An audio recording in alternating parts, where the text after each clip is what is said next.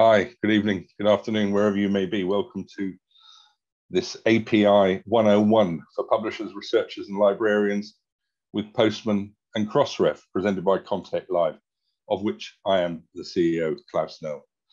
This is our fourth online event in the API series, and obviously it will be the last one of this year. They've been very well attended, very well supported. It's a very exciting area for us. Just very quickly, because I know there's a lot to get through. We're using Zoom webinar. Your mics have been disabled, but please do file questions in the Q&A box, and we will deal with those either along the way or as part of a wrap up at the end. It is my great pleasure to introduce presenters.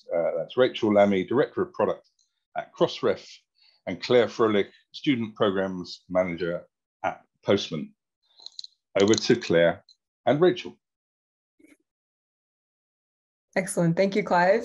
It's an honor to be presenting here with ConTech today. As introduced, my name is Claire and I work at a company called Postman. Our company builds a tool that helps you work with something called APIs. We're going to be talking in depth about that today, but basically my goal here with Rachel is to explain how APIs, and specifically a certain API called the Crossref API, can really benefit you all as researchers, librarians, publishers, etc. And, you know, for those of you that have heard of the term API, you might have more of like a software developer association with it. I'm here to crush that myth that APIs are only for software developers. They are for anyone that's interested in information. And so, yeah, combined with the tooling that we'll introduce today and the API that Rachel's team has made available, you're going to walk away very enabled to do a lot of cool new things that might help you with your research. So without further ado, and again, feel free to ask questions either in the chat or in the Q&A section. Rachel's going to be helping out. Let's dive in. What are we going to do? I know we've been saying API over and over again. We're going to cover what exactly that is. And I know I mentioned, you know, APIs aren't only for software developers, but in order to work with APIs, we do need like a basic level of understanding about some computer networking concepts. So we're just going to cover that at a high level. And then how to make a request to an API, understanding what comes back from an API, how to use that data, and how to integrate APIs into whatever work you're doing, whether that be, you know, text mining or, you know, looking for certain data points. We'll make sure that you're enabled to do that. All right, so let's demystify this. What is an API? API stands for Application Programming Interface, which is a long word. The most important thing in there is interface, because an API is how code can talk to code. It's a contract that lets software talk to other software.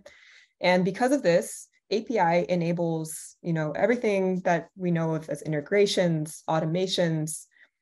Software developers can add cool features to whatever they're building without having to reinvent the wheel. And it also allows, you know, companies to open up their products to, you know, faster innovation. For example, maybe you've heard of Twitter. Twitter, of course, you can go to Twitter's website and click around, make a tweet, but Twitter also has an API. Meaning instead of using their website, you can programmatically get data about tweets. This is obviously very useful for research. If you need to like query all of the tweets about a certain current event and want to get all the data for that, you can't exactly do that easily in the website, but an API will let you do that. This is how Twitter has opened up their product for more innovation. People can build apps on top of Twitter, or they can just use it to mine data. So to visualize it a bit better, I like to explain API. Yeah, I was going to say, do you want to share your slides? Oh my goodness. You're fine. Your explanation was totally clear without them, but if we're going to go to the visuals, then you're all set. Thank you. This is perfect because this is a visual slide. Can you see this digital restaurant slide? Can you not see the digital restaurant slide? We can see it. Okay. Thank you. Classic Zoom mistake. But just in time for the visual, because this is one way I like to explain APIs as more of a metaphor. APIs are like a digital restaurant, right? I go to a restaurant, I'm the client, I'm the customer, and I want soup. But I don't just walk into the back kitchen and start opening the fridge and cooking myself up my own soup. Of course, I'm going to talk to a waiter and have them pass my order to the back kitchen. So in this scenario, the waiter is the go-between between, the client and the kitchen, which is the back end. And I don't have to know anything about how to cook this soup. I don't have to know what's in it. I know I want the soup, so I just need to know how to ask for it. And the waiter is that simplified interface for me to get the soup that I want. APIs work exactly the same way, where the players' names are just a bit different. Instead of a customer, we have, what is called the client. This is whoever is making a request to get some data or to do some service. The API kind of sits between the client and that back kitchen, which is the server in the computer world. So the server is going to be whatever processes your order, goes out and fetches the ingredients to return a response to you. Now, again, I don't have to know anything about how the server is coded. I just have to know the simple format that the API is expecting to take orders, right? So again, APIs are like the waiter in a digital restaurant. And you might be wondering what kind of APIs are out there. Let me tell you, there is an API for absolutely everything. Whether you know it or not, you are interacting with APIs every single day. We're definitely using an API just to be on this Zoom call today. Anything that has an integration is using APIs. So for example, you can use APIs to send text messages. You can use APIs to get the weather around the world at any given time. You don't have to launch any weather balloons. That data is just available to you by making a call. Payments, if you've ever made a payment on a website, you are using some external API almost guaranteed, such as Stripe. Discord and Slack messages. You might be sending automated data to Slack via an API. Email, SendGrid, Facebook, Twitter. There's so many APIs out there. There's even an API of Kanye West quotes. I mean, anything. If you Google something API, you'll probably find something for it. And one of the APIs we're going to focus on today is most relevant to this audience, which is the Crossref API that makes metadata about publishers available to you. And it's a huge database of, I think, is it 1.4 million publishers in your database, I believe? We've got about 140 million records, probably across, I wouldn't like to speculate about the number of members. Okay. Probably I was off by a couple digits, 140 million records. That's right. It does grow quickly. So that data is at your fingertips and it's just one API call away. And we're going to teach you how to get access to that. So just a quick history on working with APIs and why this tool we're going to introduce called Postman is helpful. In the past, if you wanted to get data from an API, you had to use what's called like a curl command in the terminal in your computer. So you would type out like the location of the API and whatever endpoint. We'll get into all that, but it would come back in this like river of text that's really hard to keep track of. It gets lost very easily. Excuse me, it's hard to like search this data. That's where Postman comes in. Postman solves this problem of kind of poking at that black box that's an API and giving you a graphic interface, which means even if you're not a coder, it makes it very easy to interact with APIs. It tells you how to set up a request. It gives you help in how to view your response. You can even save the response to, share it with your peers or use it again later. So all in all, Postman makes working with APIs much easier. A side note, like Postman is great for, calling APIs as a client, but it also helps you build APIs and document and test them as well. So it's an all-around API platform. We live and breathe APIs over here. Postman is trusted by 98% of Fortune 500 companies, so it's a pretty industry standard tool for working with APIs. It's definitely valuable that you're learning it today because there's a high likelihood if you're working with other people that use APIs, they'll also be familiar with Postman, and Postman is a collaborative tool. So that's already giving you a leg up if you're researching with teams, for example. All right, so let's get into how we actually make a call to an API and get some data. We'll start with diving into this request response pattern. This is the basic kind of computer networking part of the class. We're just going to kind of go through this theory very quickly and then jump into like some real world examples. So here we have the call response, or excuse me, the request response pattern. You just have to know the names of the players in the game. Again, the client is whoever's making a request. You make that request over a network to a server. And the server is the entity that's going to process your request, fetch any resources, and send them back to you as a response over the network. And that's it. It's just a simple call and response. You just need to know the names of the players here. We've got our client, our server, communicating over a network. So how do we make a request? What are the ingredients? There's a list of 5 things here that can be in a request, but really you only need absolutely 2. And that's these first 2, a method or the how of your request, and an endpoint or the where. So we'll get into that. For example, how many of you have ever used a browser to search something on Google, for example? You might be familiar with, entering a URL like this. What you don't know is happening under hood is you're making a network request with a method, an HTTP method. And these are a list of 5 common methods that are used in HTTP calls. We have get, post, put, patch, and delete. Each of these methods maps to a certain type of operation. In computer programming, we call these kind of the CRUD, create, read, update, delete operations, which is just like the bare minimum you need to interact with data, right? If you want to be able to create data, you want to be able to read it, update it, and delete it. These HTTP methods help us do that. So pretty semantically true to their names, get is how we read or retrieve information. Post is how we would submit information. So for example, if you are making a new user account, usually you're posting your username and new password, etc.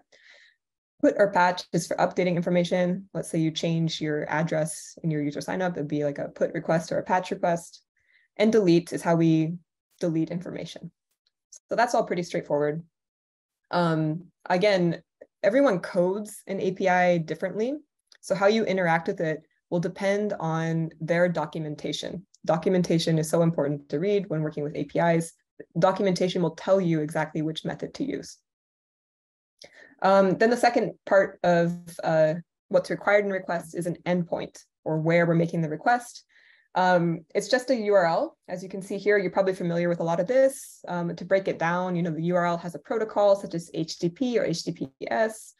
Then there's actually the host, which is like the location of the server. So for example, google.com is the host on this URL. And finally, we have the path, which is kind of like the local address on the server. This is like a specific destination on the server where your request is sent. For example, here we have /search. This is the search path on Google's website. So just to illustrate this in action, I'm going to open up my browser here and make this a bit bigger for you. And now I know it's kind of tiny, but I'm just going to go to google.com up here. I'm sure this is an exercise all of us have done before. For those of you that aren't so familiar with computer programming, maybe you aren't familiar with dev tools, but you can always right-click and inspect a web page to see what's happening behind the scenes. Here, I can open up the network tab in my dev tools and see what's actually happening when we hit google.com. So if I press enter to visit the website again, you see a cascade of like network requests are being made. We are the client in this browser, making a ton of requests to various things. Most importantly, we're actually making a GET request to google.com. Browsers are really good at making GET requests. Whatever you put up in the browser URL bar up here is a GET request because you're trying to get a website. So if I click on Google to see what this request entails, and I'll make this a bit bigger because I'm sure it's quite small for you. You can see details about the request. It is a GET request located, to google.com. You can see the response that came back from the server. Now, this might look like gobbledygook to some of you. Some of you might recognize this is HTML that came back. And HTML is the basic structure of a website. This is what browsers are really good at reading and producing a rendering of. So what we're seeing here with this Google logo with the cute Christmas ornaments is actually represented in code over here. So again, just to recap, we made a network request to Google at www.google.com. We got back a response that was HTML, and browsers are really good at reading HTML and outputting them here like we have seen. So this is the basics of how you're already using HTTP requests every day, right? But that's just the basics. Let's say we want to get a bit fancier. Note how we had this example with the path search. What happens when I put a search in here, like ConTech.Live? All right, so we get the search results page. If you look closely up here at the top, and this is quite small, I apologize, you'll see we've been redirected to a /search path on Google's server. And then we see a question mark and a bunch of gobbledygook after it. Now, up until this point, we've been kind of using the browser to do some inspection on what's happening with these network calls. This is where I want to introduce Postman and show you how it's much easier to see all these details in Postman. So I'm going to open a new tab in my browser and go to postman.com. The beauty of Postman is you don't have to download any application. You can use Postman right in the browser. Because I already have a Postman account, I'm automatically taken into the tool. If you don't have an account, you can create one for free at postman.com. It takes like a couple seconds, and then you'll see the same view. But this is, the entry page of Postman. To do anything in Postman, we have to first create a workspace or a place to do our work. So I'm going to go to the workspaces dropdown and say space. All right, so this is going to take me to a prompt to name our new workspace. We can call it the ConTech.Live demo. And Postman's also giving me the ability to have a different visibility on this workspace. Let's say I wanted to share it with people on my team or just keep it to myself, that's fine. I could even make it public. I'm going to go ahead and make it public so I can share it with you all later. So I'll create a public workspace. Because it's public, anyone on the internet can now see what we build today. All right, so this is what an empty workspace looks like. It's got nothing in it. What we're trying to do is to make the same request we just made in the browser here in Postman to see how it helps us view the network details. So once we're in a workspace, we have to create what's called a collection. And this is a fancy word for a folder that holds requests. So I made a new collection by clicking this, and this is quite small. Let me make it bigger. I clicked this little plus button to make a new collection, and it's made one with a default name. Let's call it Google for our purposes. And we're going to add our first request. So I'm going to open the collection and add a request. And we'll call this one Google homepage. Let me mimic what we just did. You'll see Postman lets us construct our request from this dropdown of request methods. Remember, we saw get, post, put, patch, delete before. There's a whole host of other methods you can use as well, but these are the most common. So we know when we're using the browser, we're making a get request to get some website data. But let's do the same thing we did before. I'll say our endpoint is https google.com. It might need to be www, let's see. All right, and I'll send. All right, so you can see that the top half of Postman is the request world. Bottom half is what comes back from the server when we make our request. So now you'll see we get the same thing back. You can see this is an HTML document, but you might notice it's much easier to read this than it was before. We've got color, we've got indentation, we've got the ability to collapse items in here as well. This is much easier than seeing it in the browser. One other great thing is we can actually save this response as an example. And without making another network request, we can always see that data here again. All right, so let's do the Google search URL that we just tried as well. I'm going to add another request, add a request, and we'll call this one Google search. Let's see if we can replicate it just by copying this whole long URL and pasting it here into Postman. Bam. Now, you might have noticed something funky happened when we pasted it in there. We've got this table called query params that just popped out of nowhere. This didn't pop out of nowhere. It was actually baked into the URL. What you might not have noticed is after our path /search, you'll see a question mark. And in URLs, when you see the question mark, this is what's starting, it starts what's called query parameters. So everything after this question mark is a bunch of key value pairs that add some extra details to our request. For example, we see Q equals ConTech.Live. So for Google's servers, a query parameter Q stands for like a search query, and ConTech.Live is the value of our query. And then we see an ampersand, which is like a comma in the URL speak. Source equals HP, blah, blah, blah. It's hard to read it up in this bar, but what's nice about Postman is Postman will suck all of the query parameters out of the URL into this nice table of key value pairs. I'm almost certain that the majority of these query parameters are used to track me, because that's, you know, Google's how they operate. So I can show you, you can toggle these off just by clicking the check off button. You'll notice in real time, the URL is getting shorter or longer, right? So this makes it much more manageable to work with these query parameters. What exactly do they do? They add specificity to a path. So as mentioned, it starts with a question mark, and then there's key value pairs that add information like what our query is, or, you know, what type of data we want to get back. Now, there's two types of parameters. One we just seen, query parameters. The other is path parameters.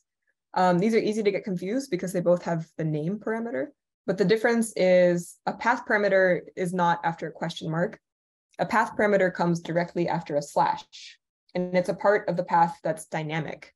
So for example, let's say, I'll use Twitter again. If you go to like twitter.com/username, that username is always going to change. And that's the dynamic part of the path, right? Depending on who you're looking at. So that's a path variable in the Twitter's URL. Path variables are often used for ID values. All right, so let's go back to Postman and actually make this request. With all of the tracking query parameters off, we only have Q equals ConTech.Live selected. I'll hit send.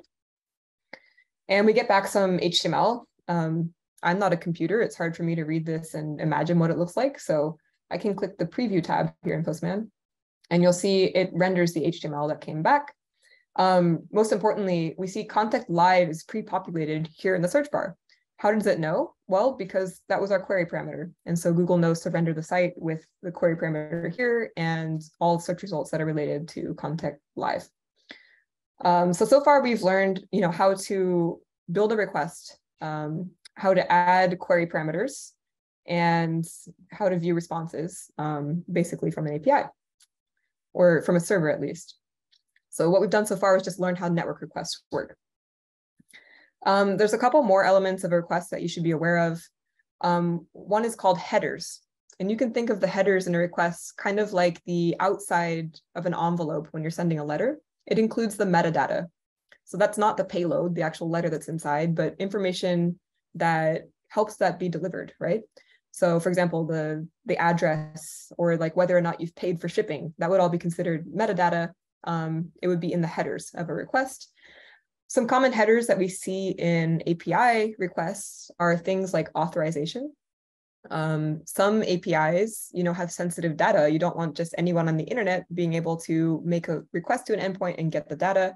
You might add some metadata in the header, saying like, hey, I have the right to view this. There's many ways to authorize, but header is usually the place that it happens. Cookies can be set in the header, a bunch of other things. It doesn't matter if you memorize this or even are aware of this, because Postman helps you out. You can see we were in the params tab before by default, but if you go over to the headers tab, you can see which headers were sent by Postman. Some of them here are hidden, so I'll unhide them, but you can see some basic headers that were sent, host, user agent, accept. Doesn't matter if you don't know what these are, because you can hover on them here in Postman and it explains what the host header is and why it's recommended for all of these. So again, Postman is a great tool if you aren't familiar with networking or coding, to like have these extra hints in the UI. Finally, you can send what's called a body or a payload with a request. And when would we do this? For example, if you need to send some data, let's say you're signing up for something, you need to send your username, you need to send your password, etc. You'll be making either like a post request or a put or patch request. Those are for, you know, adding or updating information. You know, what type of data that you send with your request will depend on what the API is expecting. Read the documentation. But some common forms are form data, JSON data, which is an example of which you can see over here. JSON stands for JavaScript Object Notation, but essentially it's just a way of representing data in key value pairs. Open and close a curly brace to start it. The key is going to be a string, and the value is a string. A string, it means text. A string or a number or another object inside of it. So you can see how this is pretty intuitive to read as a human. You can send other types of data, such as files like images, etc. But the Crossref API we'll be working with today deals with data in JSON. So that's what we'll focus on. Okay, so before we go into the Crossref demo, we just need to understand the anatomy of the response a little bit. Essentially, a lot of the same things we see in a request are also in the response. For example, a response can have headers from the server saying like the date that the response was sent. The response can have a body. That's what we were seeing over here. When we looked at the body of the response, we were seeing that, oh, this is an HTML document that was sent back. But what's different about response is it has a status code. Now, this is a huge chart that you do not have to memorize. If you take one thing away from this slide, it is that there's kind of 4 categories of responses, and they each start with a certain number. So basically, if you get a response back with a status code that has anything that starts with a 2, that's a success. 2 is good. And anything that starts with a 3 means your request was redirected to some other place. Now, things that start with a 4 represent client errors. That means whoever is making the request made some mistake. Maybe there was like a spelling error in some of the parameters, or there's data that's missing that's required. You might get a 400 bad request. Or let's say you're trying to access data that you're not authorized to access because you haven't provided that header. You'll get 401 unauthorized, like, no, you can't do that. I'm sure many of you have seen a 404 error before for not found. This is where you try to access a resource that doesn't exist. So same thing with APIs. And lastly, 500 level errors are the ones that are the worst to get because there's a problem with the server. Maybe it's on fire, it blew up, or there's just too many people trying to access it at once.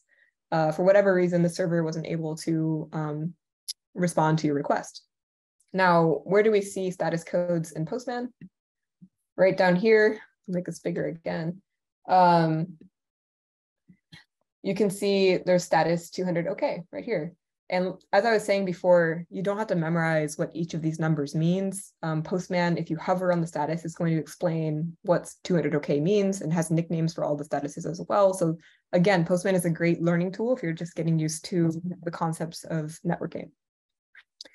For example, let's say we tried to go to some path that doesn't exist on Google's server, and I hit send. You can see now we're getting a status 404 not found because this path does not exist on Google's server. All right. Let's see, how are we doing so far? We've got one answered question. All right. Now that we've kind of gone through the basic theory, thank you for your patience. You are now network pros. We're ready to actually dive in and use Crossref's API, which is the main feature of today. So what we're going to try to do is just some common use case scenarios that you might use the Crossref API for. We can't obviously show everything the Crossref API does in one meeting. It's pretty amazing API, but we will show some basic stuff and set you up with the tools to explore it on your own. So remember how I was saying that documentation is very important with APIs? The same is true with Crossref. We're going to go ahead and look at their official documentation here. And it's opening up this page that explains, a little background on the API, how to use it, some etiquette, good manners, FAQ, information about rate limits, or like how often you can call the API in an hour without breaking it. So a lot of important information here. Let's say one of the most important things you can do in API documentation is see what endpoints are available. What types of resources do you have access to? Crossref provides us a lot of resources. So you can see there's endpoints relating to getting funder data. You can get journal data, data on works that have been published, data on prefixes, members, which are publishers, types, licenses, deposits. So this is a pretty expansive API. Just to demo this out, let's go ahead and try to find data about a publisher or member and see what we can do with that, like getting that publisher's works, getting like abstracts for that work if you're into text mining, for example, or finding out who is funding all the works behind a publisher. This is all like information that can be very useful in research. So how do we do that? Well, it looks like we make a GET request to /members to get any data, and I can expand on this endpoint a little bit here. And it, again, it's a small text A. I'm going to make this a bit bigger. You can see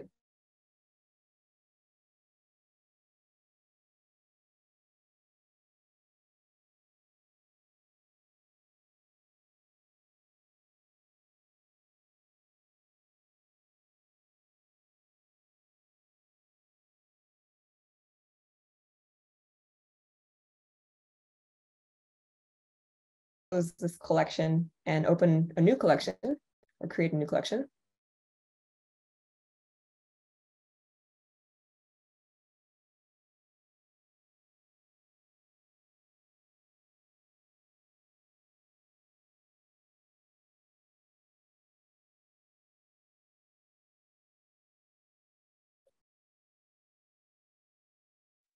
Hello?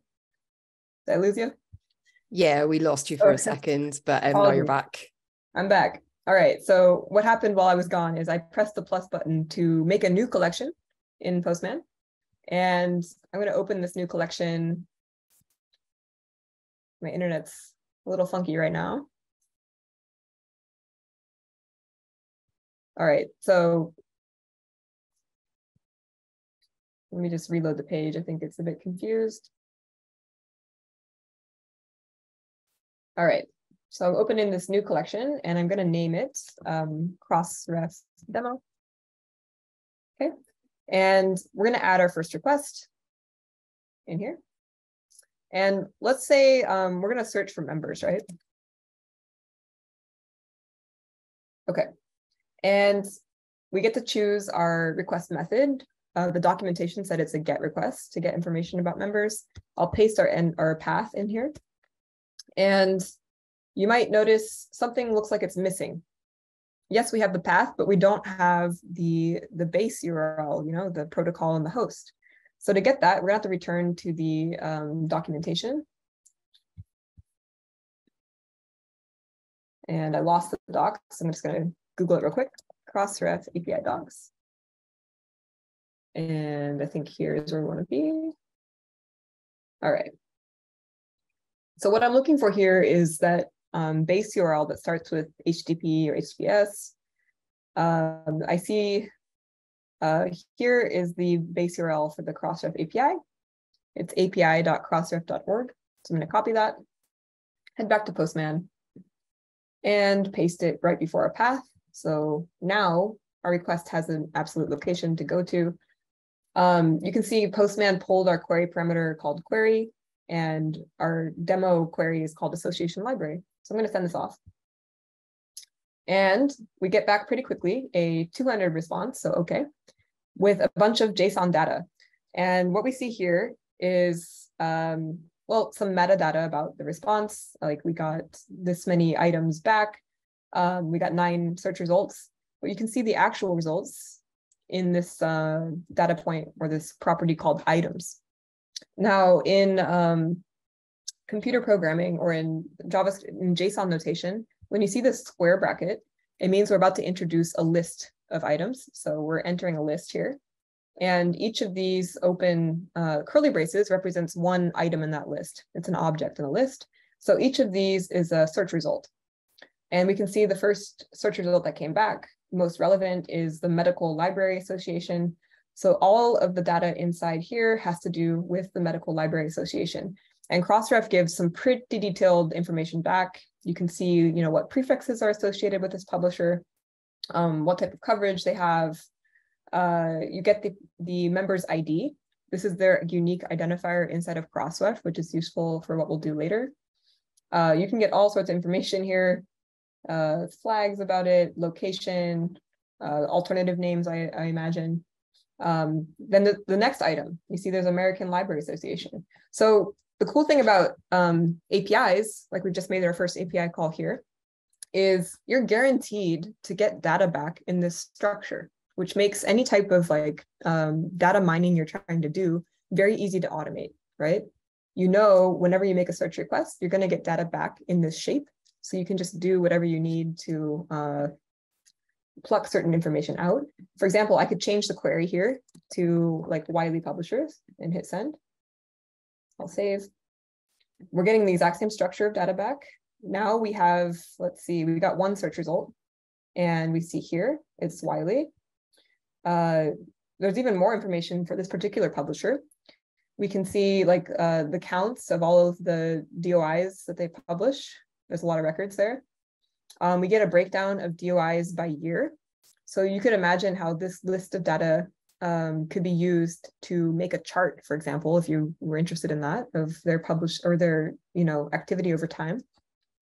So this is really awesome. Yeah, there's a lot you can do with this data, but most importantly, I'm going to collapse breakdowns, collapse prefixes, collapse coverage, collapse prefix. I'm really interested in this ID because I know working with this API, it's important to know the ID of whatever entity you're working with, in this case, a member. So Wiley's publisher or member ID is 311. And I want to use this just to see if I can get only Wiley's data. All right, so I know if we go back to the documentation here, we can see in the members section, you can get a specific member by just their ID. So before we were getting like a list of all the search results, this endpoint will let us get just one specific member. So in theory, I could click and open this and like look at all of what's required to make this request. However, I want to introduce that Postman has made this documentation easier to action on by creating a public Postman workspace for the Crossref API. And I recommend this method of working with the API because it's going to have all of your requests pre-made for you and make your work a lot easier when poking around the API. So I'm just going to go ahead and open Postman in one other tab to show you. Actually, I'll use the same tab because it's going to teleport us back. So I published a public workspace in Postman for the Crossref API. You just search up here, Crossref Unified Resource API, and you'll get all the search results that are involved with this particular API. The one I published is in the student programs team here. So I'll click on that. And if I open this collection, you can see all of the endpoints that were listed in this documentation here are already pre-built in Postman for you. So for example, we were just looking at the members section. We know that there were 3 requests in the member section. One was /members. We have /member/ID and /members/ID/works. All of this is going to be very valuable to me in my demo I'm doing. So I'm going to make a copy of this so I can use it in my workspace.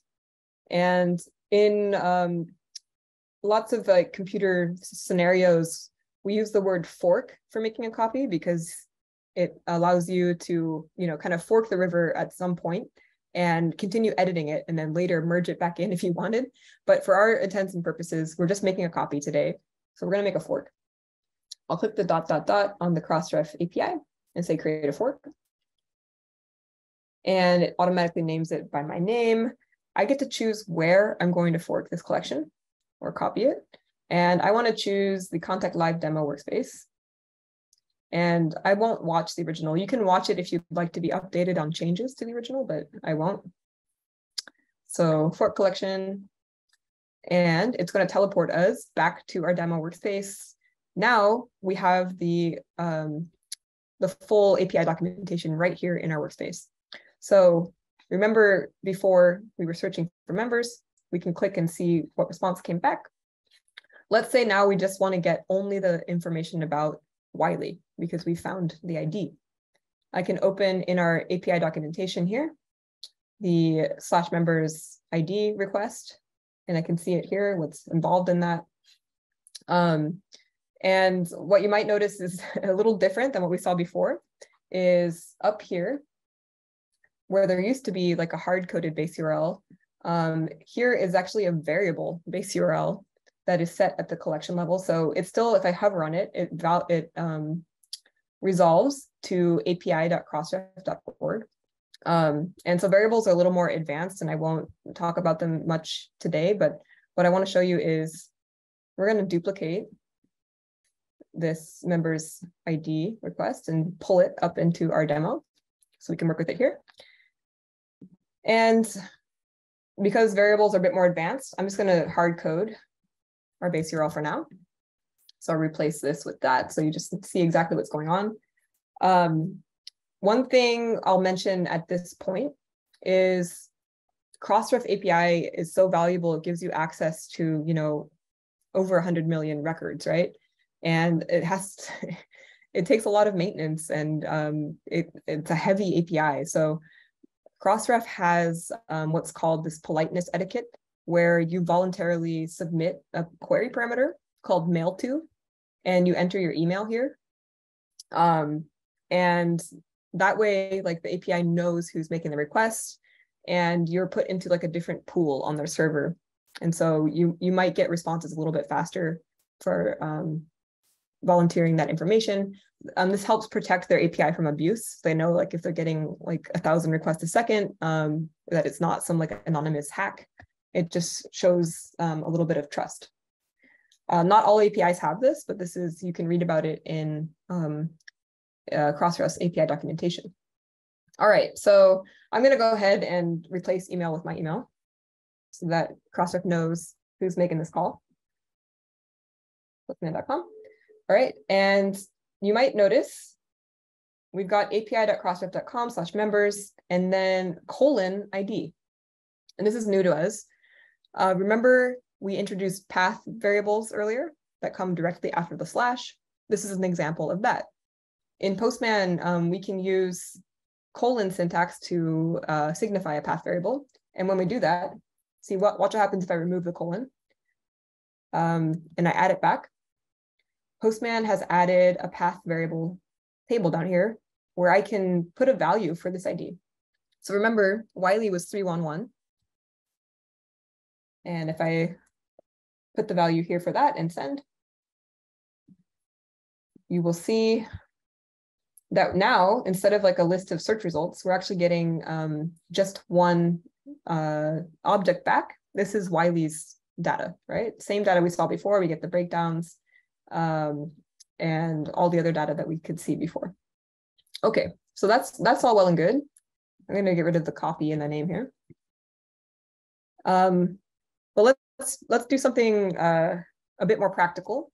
So now that we know how to get information about a member, I want to dive into the works that are published by Wiley. So let's say I see there's another endpoint here where we just add /works to the end of the path, and we're going to get works for that particular member. To speed things up, I'm just going to duplicate our previous request because the path is almost the same. I'm going to edit the part right after ID and say /works. So this is going to be all the works for a member with a given ID. We've already given the ID as 311. So I'll get rid of copy up here. Now, if we send this request, and this one's a bit heavier, so the response takes a little bit longer to come back, we're going to get a sampling of the works from Wiley. And actually, this is the path /works, right? All right, so after some time, it took 15 seconds, but we got a huge 13 kilobyte response back. And what we're seeing here is another list of items where each item represents some work that was published by Wiley. So let's see if we can find what we can find out about this particular item. We can see when it was published. You can see, let's see, the short container title. You can see the DOI of the work. This could be very useful to you. You can see that it's a journal article, lots of metadata about this work. The title is here, cover picture and issue information. So again, like if I scrolled all the way down, we have a almost 5,000 line response here that has not all the data, but you can see in Crossref's database, there are over 10 million results of works published by Wiley. And this data is all accessible to you. All right, but we didn't come here to just like look at a random sampling of their works. Let's use a real life scenario. For example, if you are text mining abstracts for some data, what you want is actually just the abstract data back from the work. So the cool thing about Crossref API, and if we go into our documentation down here at the works endpoint, you'll see that there are a bunch of query parameters that we have access to that can help us refine our query. Now, the original Crossref documentation is accessible from this little document tab up here. You can actually read in detail like what each of these query parameters does. I'm going to give you a little head start because I've read all the documentation. If you only want to get back certain elements of each work, you can specify that with the select query here. So, for example, let's say we want to get the abstract for text mining. We can say, hey, I only want the DOI, the prefix, the title, and the abstract back. So I'm just going to copy this example, head back to my request here. I'm going to add that query parameter select. Actually, it should already be here because we copied it. Oh no, we copied the wrong one. So select, and I'll paste here. All right. So you see Postman updated our request URL, but it's easy for a human to read down here. Now, if we send this, we expect to only get back these 4 attributes of each work.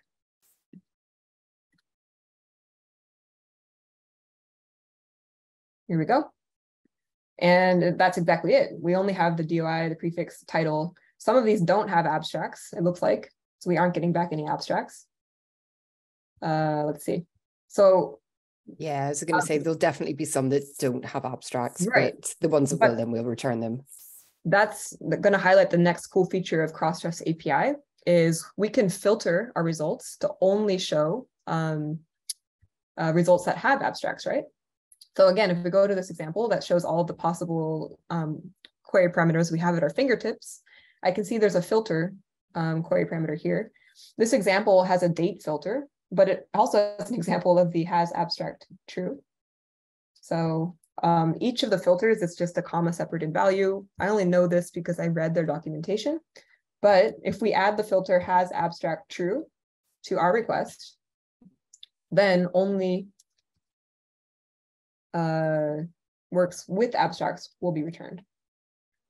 And yeah, let's send this off. And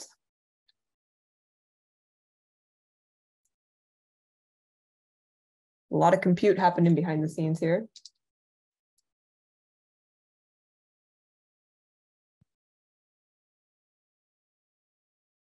The last one took 15 seconds. I wonder how long this one will take. Is it worth, while it's thinking, just to kind of add in on the, you know, you covered making a polite request. It's worth, oh, here we go. But it's worth noting that we don't use your email address that you send in to make those requests. We don't use that to spam you, that kind of thing. We don't use that to email you, and we would delete it after 90 days. But as I said, it just means that if you're behaving in a way that we're confused by or seems too weighty or that kind of thing, we'll just drop you a line and sort that out with you. So that's the intent of it rather than anything else. Yeah, that's a really good note. And I really appreciate Crossref API because a lot of other APIs try to protect themselves by like making a user sign up, and it's like a whole complicated process about authorizing your requests. Crossref is pretty trusting and letting people by default have access to their API. So I definitely recommend using this polite mode with adding the mail to query parameter, because it's just a way to be courteous to the Crossref team. And again, they aren't abusing your data. Now we see we're getting back items that have DOI, prefix, title, and abstract. So you can, of course, read through these as a human if you want, but the beauty here is you can, use code or Python or something to like search for certain elements in this text, or do, machine learning analysis on it, whatever you want. That's up to you. You have this data at your fingertips. And that leads me just to one feature I want to share with you in Postman that will help you with that. Now that you've built this complicated request here in Postman, and you have all the query parameters you want, you can actually make this request in code by clicking the code tab. And Postman has a little dropdown of different coding languages to make this exact request. So for example, let's say you wanted to make this request in Python. Use 2 different Python libraries you could use. In Java, it looks like this, or in JavaScript, it looks like this. Curl, that old way of making a request, is right here. I could literally copy this and paste it into my terminal, and I would get the same data back. So this is just a way to kind of jumpstart your way to fetching this data programmatically. Even if you aren't that familiar with code, you could easily, throw a Python snippet into a Jupyter notebook, for example, and start mining data that way. We are at 10 minutes until the end. So I do want to make sure the floor is open for questions. And there are like 2 other endpoints I was going to cover, but what I think I'll do is just add them in here so that you can reference them at your leisure. But essentially, you now understand, what APIs are, how to use this tool to interact with them. And you got a basic introduction to Crossref API. This API is so powerful, it has a lot of endpoints. And the cool thing about Postman is you really get jump-started here by having the documentation. So yeah, I'd like to open the floor to any questions. And Rachel can definitely help out with Crossref-specific questions. Or can people type in the chat here? Or just the Q&A? Just the Q&A. Okay. Well, in that case, maybe while we're waiting for a couple more questions, I can demo one more endpoint or one more request. So I'll go ahead and do that. So far, our one real world use case so far has been, getting all the abstracts for text mining. Let's say you're curious about who's funding works by a given publisher. We can do that using, if I go down into our example here, all these available query parameters. There's a query parameter called facet here. And again, documentation is how we understand anything, but facets help you, kind of aggregate data about a specified data type. So for example, down here is a list of all the things we can aggregate. Let's say we wanted to get, let's see, where is the funder? We wanted a list of all the funders and how many works they have funded by a specific publisher. We can do that with the facet query parameter. So again, I'm going to make a new request, or let's see, I'm going to copy this request here just to speed things up. Copy our works template request here. And we're going to edit this. We'll call this one get funders for works of a member. And remember, base URL, that's that advanced variable thing, but we can just copy our base URL from before and paste it right here. And instead of all of that, well, I'll keep the mail to be polite and use my email at postman.com. We aren't going to do query here, we're going to do facet. And we're going to, instead of type name, we're going to say what in the documentation gave us the option of, let's see, facets and funder name. So I'm going to copy this facet name, replace type name with funder name. And the star just means like we want to not filter and just get all the funder names back. We still have, oh, it's a different ID down there. We want Wiley. So I'm going to say 311 here and send. I'll get rid of the documentation or real estate.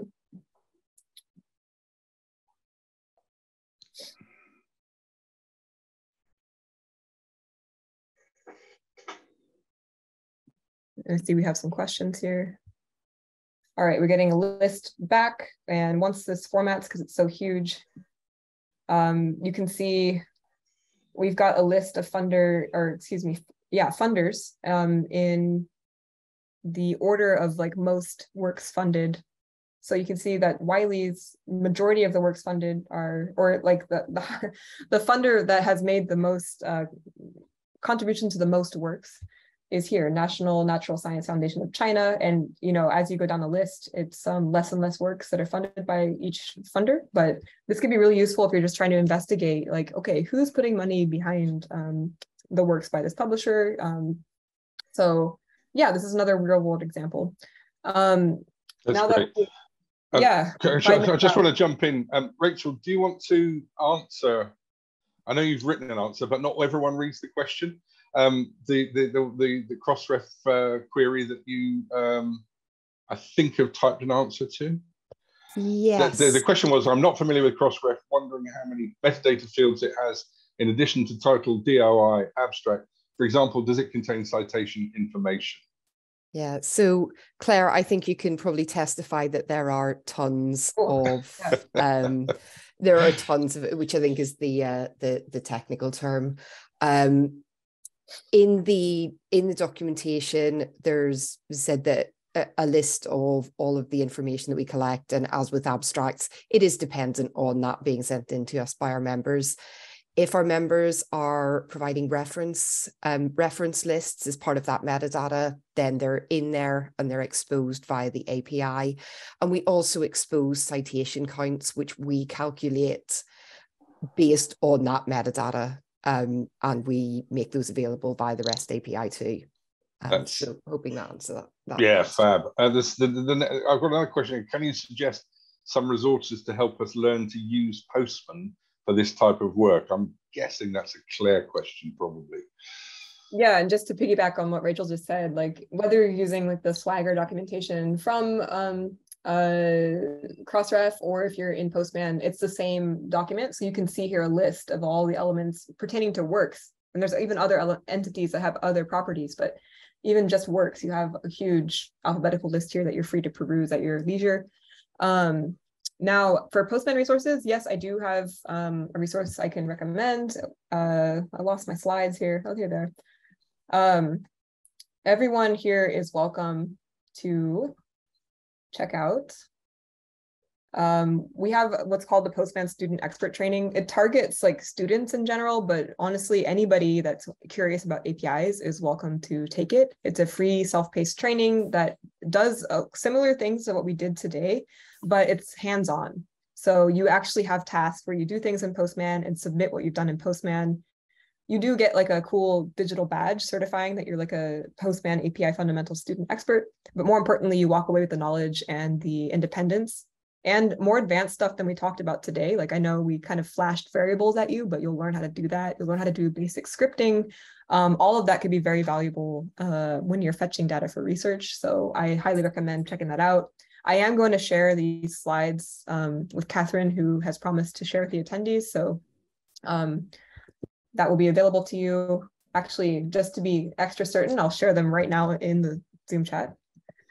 So just to go back over very, very early question as well, which Rachel very kindly answered, in case anyone didn't see it, just for clarity.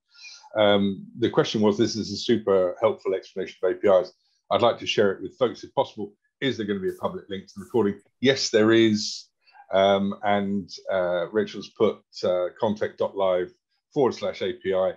The ConTech.Live website, there's a section which specifically dedicated to our API series. It will be in there. I hope it'll be in there by tomorrow. If it's not, it will certainly be there the next day, but it will be quickly posted, and we'll obviously we're currently sharing the slides. I think those will be available to you as well. And if any of you haven't visited that part of our website, the other 3 or 4 meetings that we held, which were API dedicated, were also they're also recorded there. And there's probably now about 5 or 6 hours of stuff if you wanted to plow through it. Awesome. I just want to thank everyone for their patience, because I know we had a lot of information crammed into this 1 hour, not only learning about Crossref API and everything it can do, but also like the basics of networking and a new tool. So you've crammed a lot in. Feel free to reference the resources both in the slides and, you know, Crossref's API docs here at your leisure. There's a lot of power at your fingertips. And yeah, feel free to reach out to me if you ever have Postman questions. Indeed, and do it via ConTech if you require us to help out with that. I'm very mindful we're right on time, and we do lose people quite quickly at a full stop. I just really wanted to thank Claire and Rachel for preparing such an ambitious presentation and getting through some really interesting technical stuff. But underneath all of that, all I see is huge potential for this type of work. So I'm sure we'll continue to develop that as time goes on. Just one note after those thanks. We are working on potential for a fully blown conference, which would be online and in person sometime next year. So keep an eye on our website and register for interest if that's where you want to go. Rachel, are you still typing to Neil? I'm very mindful. I don't want to cut you off until that's finished. No, I think we might, that might be for an APIs 102. Okay. But it is, cool. It is, yeah. Neil and I are in good touch. I'm sure we can connect. Lots of references. One final thank you as we hit our hour plus. Thanks very much, Claire. Thanks very much, Rachel. Thanks very much for everyone who attended. Keep looking out for our API developments, and best wishes for the holiday season, which is now very, very close upon us. Goodbye. Cool.